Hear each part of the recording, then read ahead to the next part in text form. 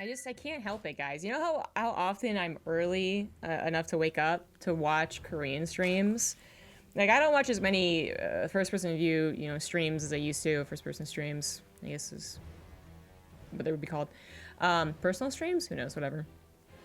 As much as I used to. I used to just, I'd eat those for breakfast. I mean, literally, if someone had streamed the night before, like Adra or someone, right? I would go back and watch the VOD. And now, I mean, that was years ago. I've been a hater of VODs for the most part for a while now. I always prefer to watch it live and feel like, I'm not influencing the outcome anymore, so why even bother? But even besides that, I loved just watching how fast these guys were. And that's a lot where I learned as much as I did about StarCraft, was just watching and listening to them. Well, mostly complain, to be honest. That was Idra's stream, right? But still, a lot of learning happened. And now I don't do it as much, but I still will try and just soak up as much Korean streams as possible. Which, depending on the time and their GSL or not, is sometimes very rare. Not to mention just the extremely odd time zone. So I'm kind of bummed about that. But you know what? You know who's going to Korea in literally 5 days and is gonna have a perfect time zone to watch a bunch of Korean streams? This chick right here. That's me.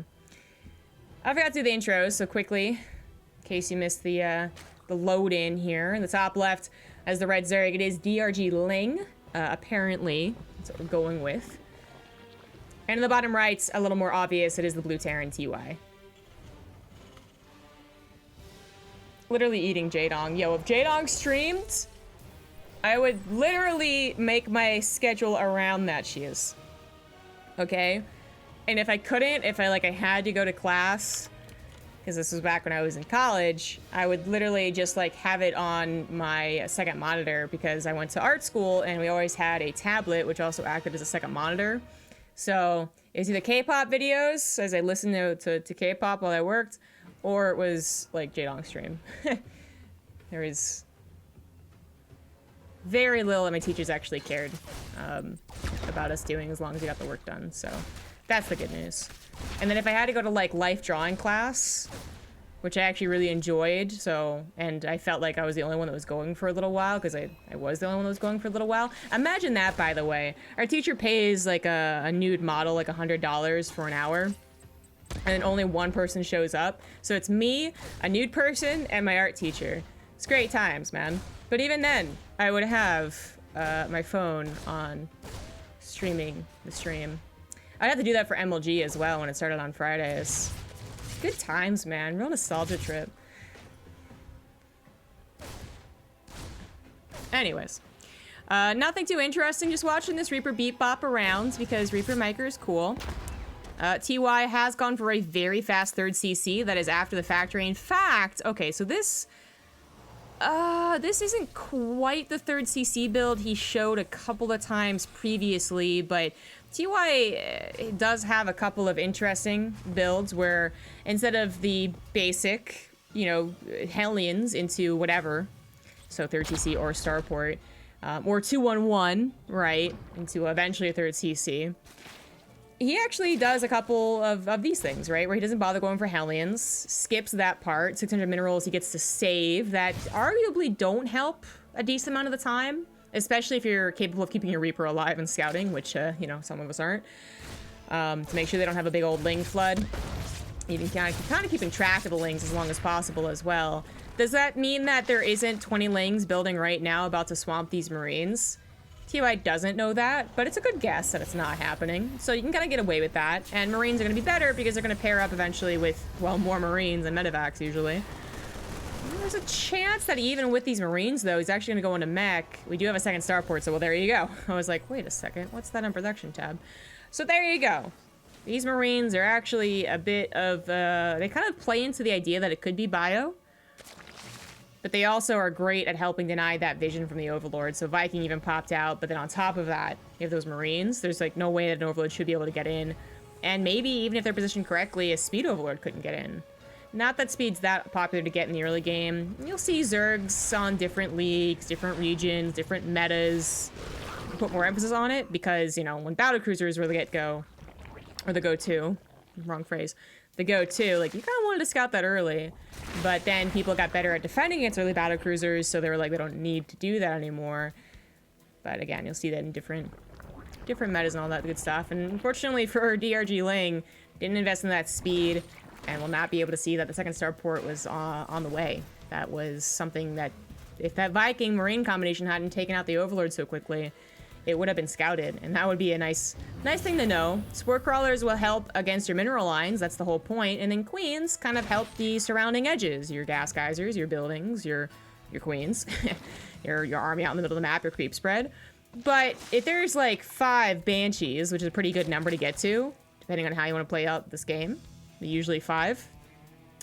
Yeah, queens won't actually be able to help that much. You know, they either die because there's super high DPS on banshees, or they just can't chase them, so they just play Ring Around the Rosie around the spore crawler, and you're feeling kind of bad.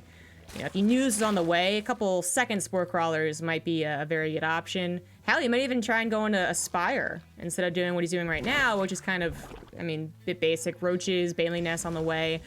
Might be a suspicion of mech in general. We did see some pretty fast gas timings of that Overlord, which I guess I kind of didn't think about. But just seeing his vision, that could have tipped him off. And TY is TY, right? So, I mean, he plays mech, he plays mass starport. Maybe the roaches were just the initial safety that he wanted, but then he was like, actually, I want to do Ling Baneling. Well, once he sees the Banshees with that little Ling, he decides to add on that Spire. Queens are well positioned. They knew exactly where the Banshees would come in. They're going to try and skirt around the edges of the Spore Crawler vision, but that was very, very dangerous. There is an Overseer done, but even with that Overlord speed, it actually does not catch up with Banshees. So, still big nuisance. Unfortunately, already losing 1 Banshee, I would say, is generally not a good start, but I mean, let's like even disregard how much damage these Banshees can do. Even trying to micro them. I mean, what is this, Brood War? Scans the natural, see how dangerous that is. There are 2 Spore Crawlers. Let's disregard this for a second. TY, without having to go for any useless Hellions, at least for the early game, has gotten to a 3rd CC, double gases on his 3rd base already. 4th CC is already on the way.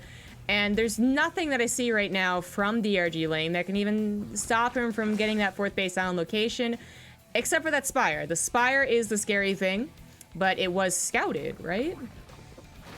Wait, where's this? Oh, well, that scan was the natural, right? So it scouted it. So that's why he's building 3 Vikings at a time instead of building anything else. And Vikings might be a little laughable when there's only 1. But actually, you get enough Vikings, their range is their best option, their best feature against most things. It's just that they're hard to micro, so it's only so good against, like, you know, Broodlord Vipers. But if you're on top of a missile turret, on top of a handful of Marines, even if they're not upgraded, that will actually get those last hits on the mutas and stop them from really going up too high in that number. But I say that perhaps this was his plan all along.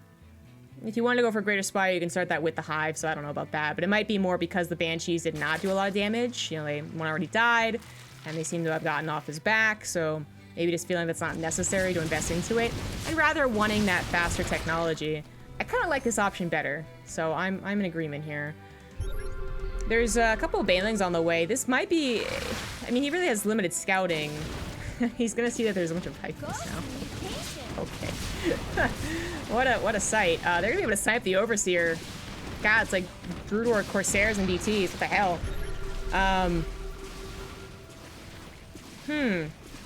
There's the army, quote unquote. It's most of the Vikings, and that is like the first time I think that DRGLing has seen exactly what the army looked like. Until then, there could have been just a thought of Hellions, which can run by and Banelings take care of them very easily. And what is usually accompanying anything like Banshees or, you know, mech or turtle or whatever. I mean, whatever you want to call this style. Like the general thing is Hellions are running around, right? And Banelings can help take care of that, or Hellion Cyclone, another thing this army could take care of. But actually, we have a lot of useless units here from DRGLing that, like, they're literally not helpful even when push comes to shove. Like, we're talking about pure air, which I'm just guessing that he doesn't really figure out. He thinks the Vikings were an emergency transition. Maybe even now figuring things out. The gears are turning. I mean, infestors are always the best option. Perhaps afraid of battlecruisers as quickly as well. I mean, maybe TY could go into battlecruisers right now. He has 4 bases working on 5, and the reason he doesn't have a lot of gas is because he's producing more production facilities and all these upgrades. But I don't know. Whatever DRGLing is thinking, he's trying to keep his Macker up and running. His creeps have been pretty good. These Banshees haven't really been the most amazing. Even getting fungled here. Combo with the Queens, easy peasy. But they'd done some scouting, and they did threaten any potential attack with those units I was talking about. The kind of useless-looking Ravagerling, Baneling. You push with this army? Apparently you do. I don't know, man.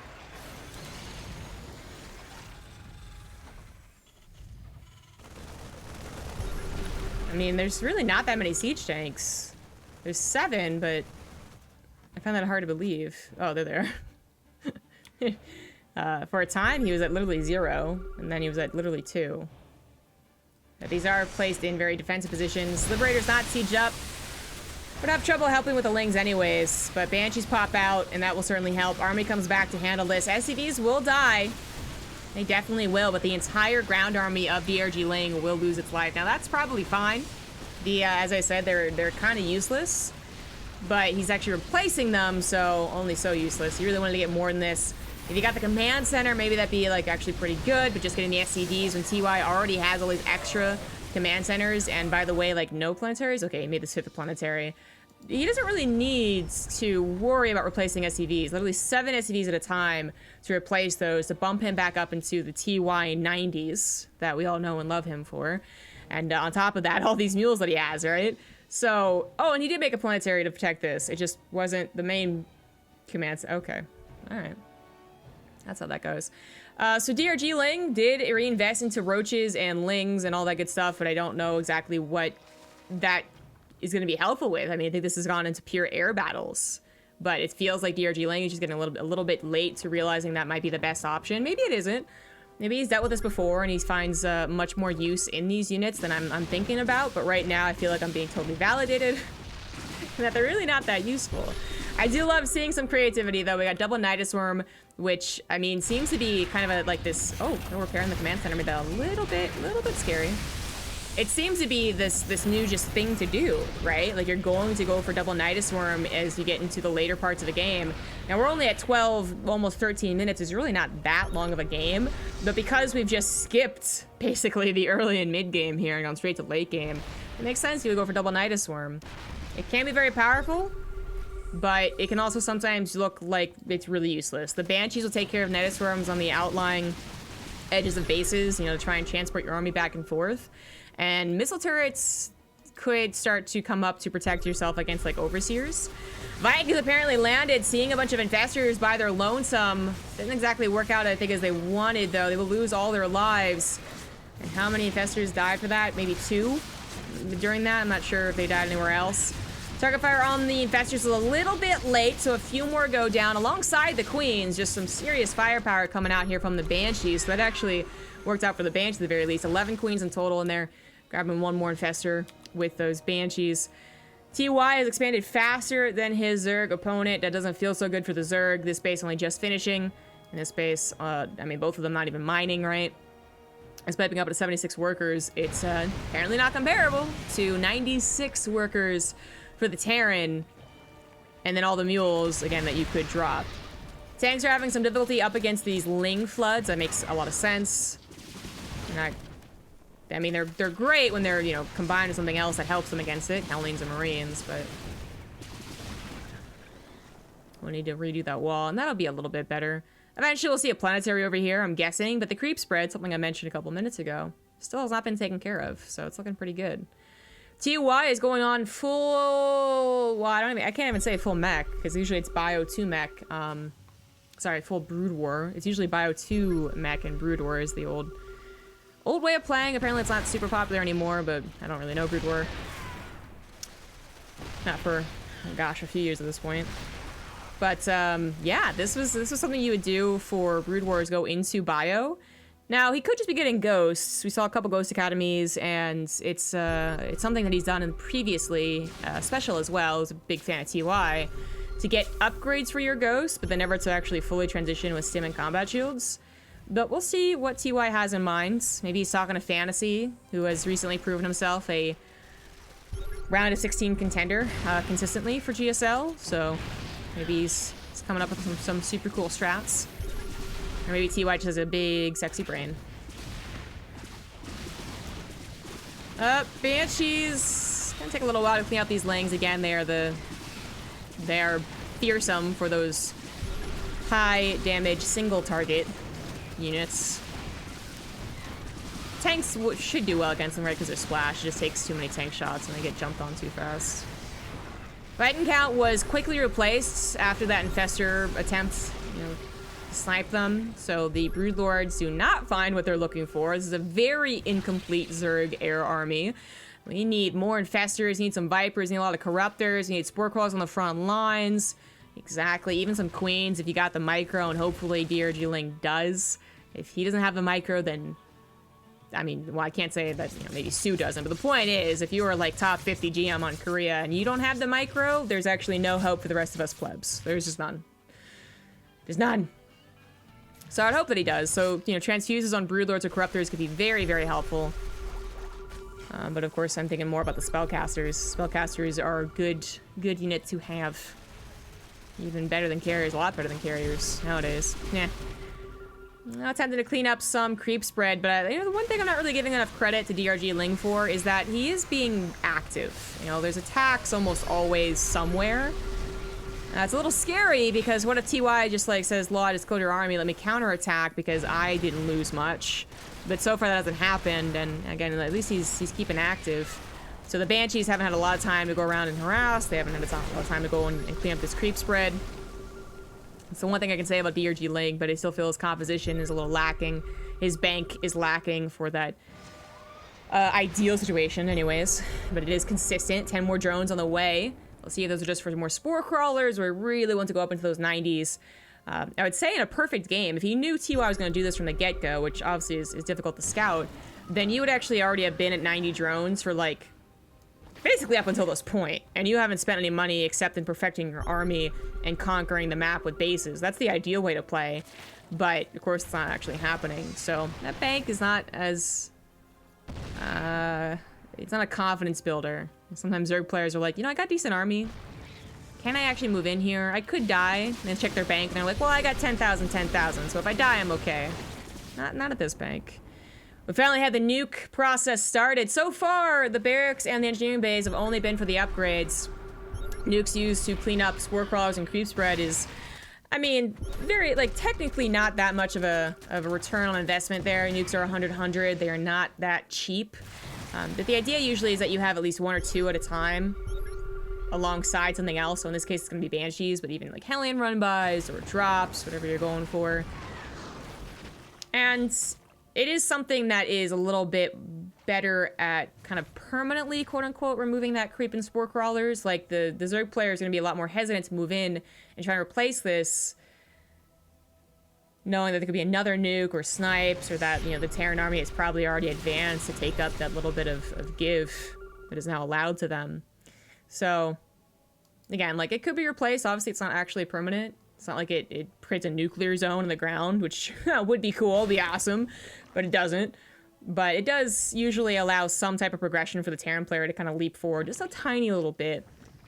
And again, if another nuke was coming down, this is just a waste of spore crawlers. So in that way, nukes are almost necessary as we get later into the game. TY kind of played, like, overall in the 19 minutes of this game, right? And not much has been decided. It's gonna be a cool nuke. Louis. He's really gone for quite the passive composition. Another nuke here. Cancelled, looks like, on the spore crawlers. And you know, maybe there's another world where he actually gets a more standard composition and can push earlier instead of having to go to nukes. But if you're gonna get to this point, then I think nukes are a bit of a requirement. Another nuke actually not seen grabs the tail end of an infestor, literally. Its butt is on fire right now. Yeah, a couple of the drones that were just idling there. DRGLing has to be extra careful here. I mean, it's one thing to lose 20 drones at a hatchery. It's definitely another thing to lose your entire army because you were looking for the nuke on the drones. Good fungo right there, combined with the parasitic bomb. Quick transition down into that low ground mode, though. That was actually very quick. Nicely done. He does have transformation servos. Could tell that from how quick that happened. And that does escape out of the parasitic bomb. That's the best way to escape out of it. Especially if you're already clumped like he was. Looks like the supply depots were once again broken at some point, so the tank, again, having trouble against this flood. Ooh, I see stim and combat shields. Excuse me. So that is going to be a full transition over into bio. That is going to be very interesting. I don't know if it's going to work out. I'll get into that in a little second. Nuke coming down to the front lines with Vikings taken care of on the left side. Some nice micro coming down here. All these Vikings were lazy and didn't help out their friends. A bunch of bastards. Looks like the nuke was taken care of with the broodlings. Spore crawlers providing that vision that usually the overseers would, but there are also overseers. Missile turrets are very helpful and they have had their upgrades. Oh, no building armor. That is a straight up mistake. I am fairly sure. Building armor is helpful for them against the broodlings, helpful for planetaries against run-bys, a little less of an issue. But generally, it's just one of those things that you grab because you are grabbing literally every upgrade. But maybe the timing didn't work out. Maybe he was already on his way to 1-1 with his engineering base. Not too sure. But at least he has auto tracking, which gives it the extra range, which is giving those corruptors a problem. So yeah, the transition into bio is always it's a cool idea. The transitioning from one tech to another was something that did actually work quite well in Brood War. But in StarCraft 2, it never really worked. And Fantasy did try in Pro League. He actually tried a few times whenever he was actually let out. But to be honest, Terrans kind of had a bad period in Pro League. Woo! Whoop! Boop, boop, boop, boop. Nicely done. Drone's going down over there. Looks like just Spine Crawl's going down over here. Oh, anti-armor missile hit the Corruptors? Oh, alright. Painted orange. Anyways, but the problem is that, I mean, I'm sure like someone who's well versed in both games could go into the exact problems of why this isn't actually that useful. But, I mean, for one, this game is usually faster than Brood War. You actually have just less time to do something like that and less minerals. As even if you do manage to take a lot of bases, like TY has, you generally are trading very consistently, and there's going to be that inevitable one bad fight that just ruins your whole plan. So you don't usually get that much time to do it in StarCraft 2. But then also, just looking at this composition, if you were to fully transition, which he hasn't quite yet, these nukes actually being quite a bother, grabbing drones and maybe a hatchery, is that, I mean, this composition from the Zerg is still good against bio too, right? The best thing about bio is that you're now transferring over the gas income that is necessary to a mineral income, because Marines are cheaper but still good, especially if they're well upgraded, and 3-3 just finished. And you're also giving yourself a bit more mobility with those drops, but is that actually going to be useful? Is that actually going to be the right call? I don't know. I don't know. Some of the first times you ever see it. We have a totally useless upgrade on the way. If you don't know what that is, I don't blame you. That is the medevac boost upgrade, which is more effective than people might read into it when they first see it. It's just that the effectiveness of medevac boost doesn't seem to really matter. I'll get into that in a second, as we do have a Ling run by, jumping on top. They're fully upgraded Lings, and this is what building armor would have helped tremendously. And as soon as I say that, TY, maybe realizing he didn't have it, does grab it. He also finished up that 3-3, so again, maybe the timing didn't work out, but now deeming it pretty important. This little run by did not work out whatsoever. The tanks are also going to be taken out here, but it seems like maybe that was intentional? I don't actually know. I mean, he probably wanted to get on top of a hatchery, but it also might be a throwaway of units that he doesn't want anymore. Nuke is avoided. Hatchery still very low, though, and... Wait. Oh, my God! Oh, I didn't even see that nuke! Oh, my God, the nuke! Oh, my God. Oh, can I see this side? Oh, okay, well, I definitely see it now. Now that I'm paying attention. Oh, the distraction of the tanks worked out so well. Oh, my God. Oh my God! 15 infestors, 18 corruptors, 4 brood lords. Actually, the corruptors mostly lived, but all the infestors died. Oh, that's a fantastic nuke. Another nuke over to this side as well. Maybe grabbing drones, I don't know. These are working out so well. Certainly replacing, equalizing the loss of that command center, which TY just replaces anyways. Crazy, crazy good. Yeah. Okay. That was a huge gas investment that now has to be replaced. Luckily, DRGLing has been giving away relatively few and cheap units. So he has the gas to replace those infestors, which he immediately does. You gotta. But damn, that was a good nuke. Nidus Swarm is going to be taken care of. That's another thing I guess the buy would be better at. Is running around its own bases. A couple of Lings burrowed, but shouldn't be too much of a problem. I thought I heard another nuke. Maybe it was canceled. As DRGLing now more aggressively pushing to the middle of the map. He wants it back, but does it actually... I mean, even if he pushes into this middle... I mean, it's a pretty good choke point. It's a key point in this map to take, so I don't want to say it's not, you know, useful. But we are talking about other bases, these outlying bases, being more important than this one that... Okay, well, would be mined out if it was mining it, but, you know, maybe decidedly not. And so probably on purpose. Raven's going for some odds harassment, but more importantly, Bio coming back here, finding the infestors by themselves. The infestors might not be that slow, but the Broodlords certainly are, and the Broodlords are really the only thing that he had to combat large amount of Bio. He had a couple of Banelings that helped out there, but what about the next wave? He's got to adapt to this swap of compositions, and he's trying. He is trying, but he's also being pulled apart. Now it's time for him to try and pull apart his opponent, which, I mean, he got the Nidus Swarm so long ago and was really unable to use them. Is trying to now. The Mule Drop didn't actually go for the repair, so that is going to be a dead command center. Snipes coming down on the Broodlords, though, and no Fungal to help cancel those. That's pretty catastrophic. There's a lot of Broodlords to die there. Command center not being targeted, but still burning, so there's still... My point still stands. It probably dies. As command center now taken as the creep spread has receded from a long time ago. Command center down to 46. Oh my good lord, it's gonna die. These Lings are trying to take the fight, but it's 3-3 versus 3-3, and just with Medivac's healing, the Bio's gonna do a lot better. The Mule Drop at the last second barely saves the command center, which he's not at a low amount of orbitals, to be clear, but doesn't want to lose it anyways, as these banks are not what they used to be. Has to cancel that building planetary that was supposed to protect the orbital and might swap it as he cleans this up. Goes surprisingly good against Lings, by the way. And Banelings and all that good stuff. It's just that they're not stimmable, so they're harder to control, but they actually deal pretty well with those units. Command center over here, it could be a freebie. It should be a freebie because Corruptors can pee on it. Exactly. No missile turrets up there quite yet. TY more focused on defending the middle and the left side than that right side. The right side was kind of one of those bases that was like, well, he might not find it, which makes sense. Not a lot of action was happening on that right side until now, but now it is. And that will be the next potential fighting point. You could also try and clear up this creep set over to the left side and take one of DRGLing's bases, which as we get longer and longer into this game could be very effective. Bio finds another Nidus Swarm. It so far is not doing so hot, but it's the only thing that's available. He must be wondering what's scouting this. Is he waiting for a scan? I don't know. I think it's actually more useful to dig up one of these Lings and go into the main to provide sight there, but not thinking about it right now. Very scary air army. Scans going down. He still managed to keep all these Vikings and Liberators, which have been zoning out a lot of these key units. Ghosts as well, but then those tanks and Banshees were replaced with all this Bio. They're now cleaning up more and more creep spread. Planetary is done with building armor, so the Lings, especially with the Bio there, will not be able to crack this. Sensor tower also just coming down every which way.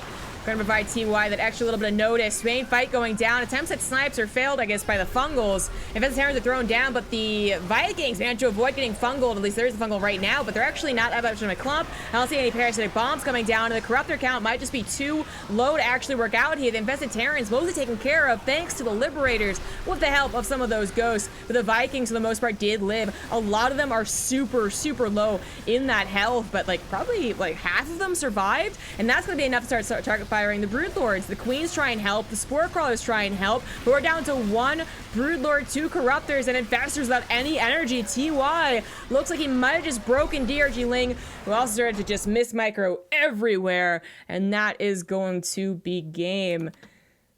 GG. TY eventually taking that ladder game. Doing this with